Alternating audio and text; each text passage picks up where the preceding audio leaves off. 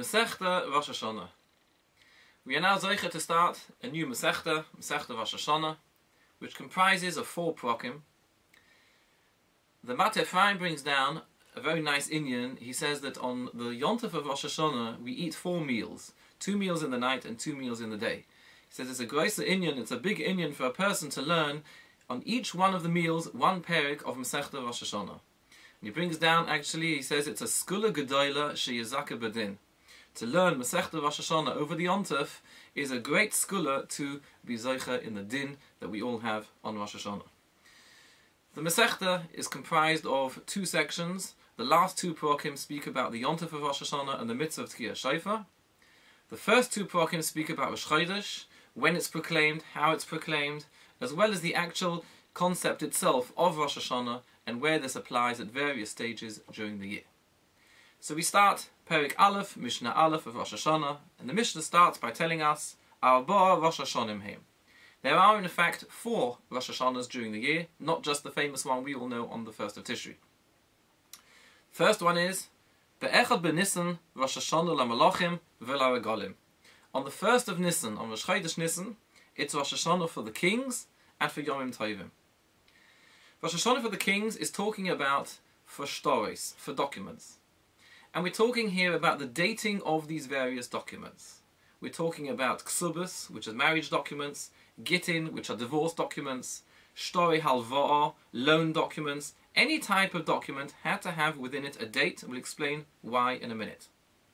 The date that was written on a document was according to the reign of the Jewish king, which meant that it could be, for example, Chof Vav Shvat of the 3rd year of the reign of the king so-and-so. Why did we pick a seemingly random date of the 1st of Nisan to say when the king came to power? Why don't we pick his actual date, whenever it was that he really was coronated and he came to power? The Meiri brings down that since different kings came to power on different days, it was very easy to forget, it was very easy to make a mistake. Therefore a universal date was chosen of the 1st of Nisan, that everybody would remember that's the date of coronation as far as documents are concerned. The Ran brings down that since here we're talking about the reign of Jewish kings, the 1st of Nisan was specially chosen to be put into documents in order to remind the king, Zeicher Yetzias Mitzrayim, to remember Yetzias Mitzrayim that took place during the month of Nisan. Since that was the time of the original sovereignty of Klal Yisrael, it's a time for the king to remember this is where he gets his power from. That's why it was dated dafka on the 1st of Nisan. So why do we need to know the date in a shtar? It's important for the following reason. Let's say, for example, we're talking about a shtar halva. We're talking about a loan document. And let's say a scenario that Reuven lends Shimon £100.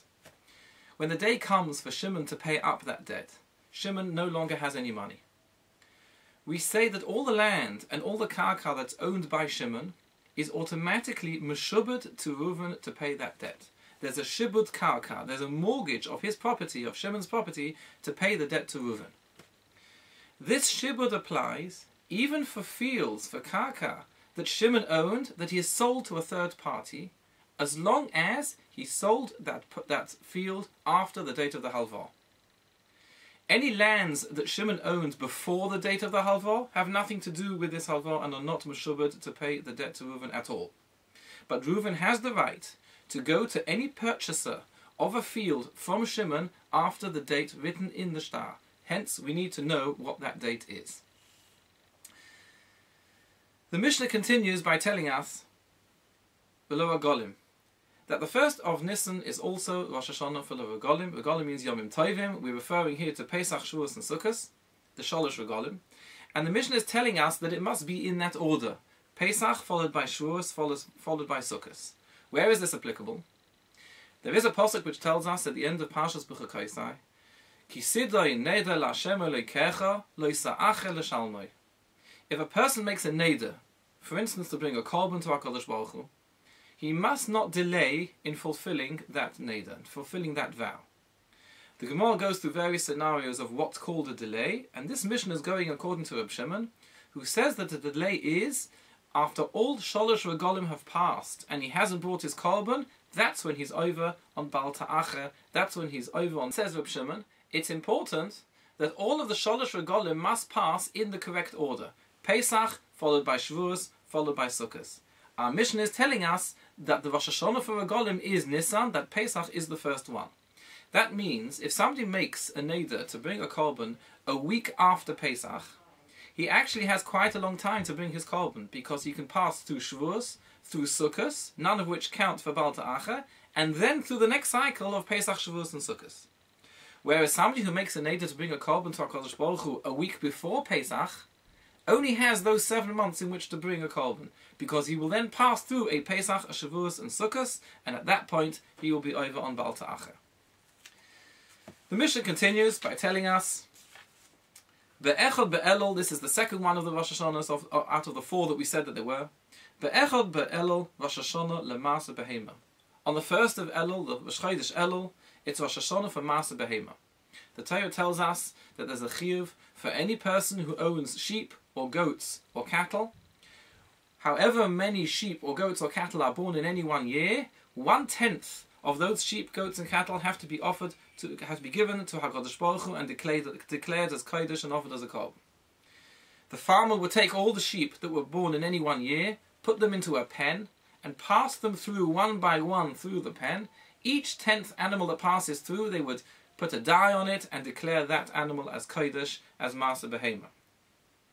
The Torah tells us that you cannot take Masa from the animals born in one year for the animals born in another year. We need a demarcation point. We need to know exactly when does the year end and when does the year begin, so that we know which animals can be taken as Masa Behema for the other animals born within that year. Says our Mishnah, that demarcation point, the Rosh Hashanah for Masa Behema, is Be'echad Be'elul.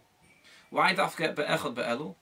Because in fact we have a pasuk in the famous parasha of Asa to Asa, that in the same pasuk it talks about Masa Behema and it talks about Masa Dogon, the Masa of grain. Masa of grain we know is on the 1st of Tishri. Why? Because that's when it's complete, that's when it's ripe. So too the time when an animal is complete and ripe. Since most animals are born in the month of Av, so Rosh Chodesh Elul is the time when they're completed. That's the time where we have for Rosh Hashanah for Masa Behema. Rabbi Eliezer and Rabbi Shimon say, they argue with the Tana Kama. The Tana Kama in this case is Rav Meir, and they say no, the Rosh Hashanah for Masa Behema is not the 1st of Elul, it's Be'echad B'Tishri, it's the 1st of Tishri. Why? In fact, they learn out from the same pasuk as Rav Meir does, but they say that since the Rosh Hashanah for Masa Dogon is the 1st of Tishri, so too is the Masa for Behema the 1st of Tishri. Mishnah continues by telling us, this is the 3rd Rosh Hashanah, Be'echad B'Tishri Rosh Hashanah L'Shonim. On the 1st of Tishri is Rosh Hashanah for Shonim, for years. It says the Rav Bartanura, this is talking about the dating of documents again, but this time it's for non-Jewish kings. The 1st of Nisan, we said at the beginning of the Mishnah, was the point for dating documents for Jewish kings. The 1st of Tishri is for non-Jewish kings. Rambam in Pirush HaMishnayos brings down a different pshat. He says Rosh Hashanah L'Shonim means it's the Rosh Hashanah for the creation of the world. Whichever year you're in, Tovshin Ayin Beis, Tovshin, whichever year it is, that starts from Rosh Chodesh Tishri. And again, he says that's for the dating of documents. You date the documents by the year of creation rather than by the year of a non-Jewish king. Why did they in any event date some documents by the date of a non-Jewish king? It was done for Shalom Malchus, to keep the king happy that we dated documents according to his reign. The Mishnah continues, Vela Shmitin. The 1st of Tishri is also the Rosh Hashanah for Shemitah. We know a 7-year cycle. Every 7th year is the Shemitah year, when no work is allowed to be done in the fields. And that Shemitah year begins Be'echad B'Tishri on the 1st of Tishri. So too the Mishnah continues by telling us Vela Yovelus. And for the Yovel year as well, the Jubilee year, which is every 50th year of the cycle, that also starts from the 1st of Tishri. The halachas in the Yovel year are exactly the same as the halachas in Shemitah, with the addition that Jewish slaves go free in the Yovel year, and that all land that was sold in the last 50 years goes back to its original owners. And this year begins on the 1st of Tishri. The Mishnah tells us as well, Lanatir v'layarokos. The 1st of Tishri is also the Rosh Hashanah for Natir, for planting. That means in the first 3 years after you've planted something, the Torah tells us the fruit from those trees are forbidden. They're called Orla. Orla literally means it's closed off. And the new year for any plant that's just been planted is considered to be the 1st of Tishri. That means if a plant is put into the ground a minimum of 45 days before the 1st of Tishri. Why 45 days? Because it takes 14 days to actually take root, not including the day it's planted, plus another 30 days, which is the minimum to be considered a year. So we have 45 days. As soon as it reaches the 1st of Tishri, that's already the beginning of its 2nd year. It's completed a whole year, even though it was only planted 45 days ago. And so we go on each Tishri till we get to the end of the Orla cycle. In fact, in the last year, when it changes from Orla to Ravoi, it doesn't change over on the 1st of Tishri, because by then it's already called an Ilon, it's called a tree. And the Rosh Hashanah for trees is in fact Tu B'Shvat. So you need to wait till Tu B'Shvat, till it changes its status from being Orla to Ravoi. Ravoi is the 4th year fruit, and Neta Ravoi is taken by the farmer to Yerushalayim, and he is allowed to eat the fruit there.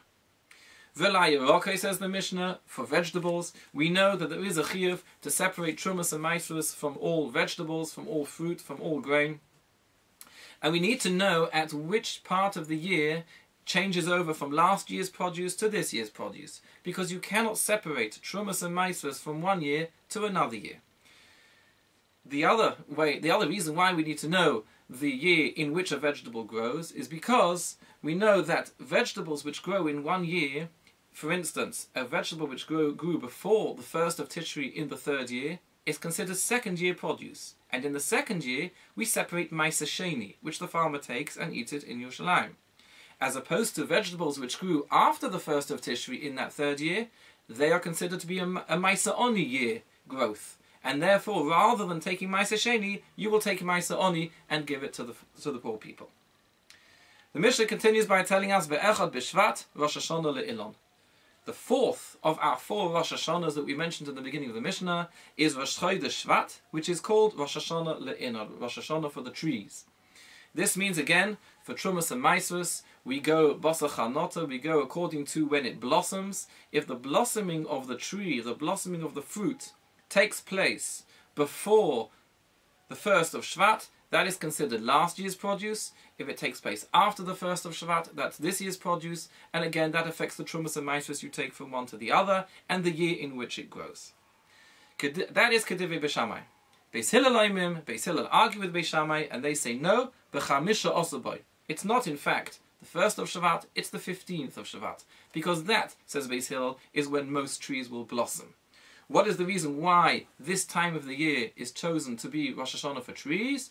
Says the Gemara, Hoyel v'yotzu roiv gishmei shana. Since at that time, most of the rain has already fallen, since trees gain their cultivation and their growth from the rain, by the time the rain has finished, that's when the blossoming takes place.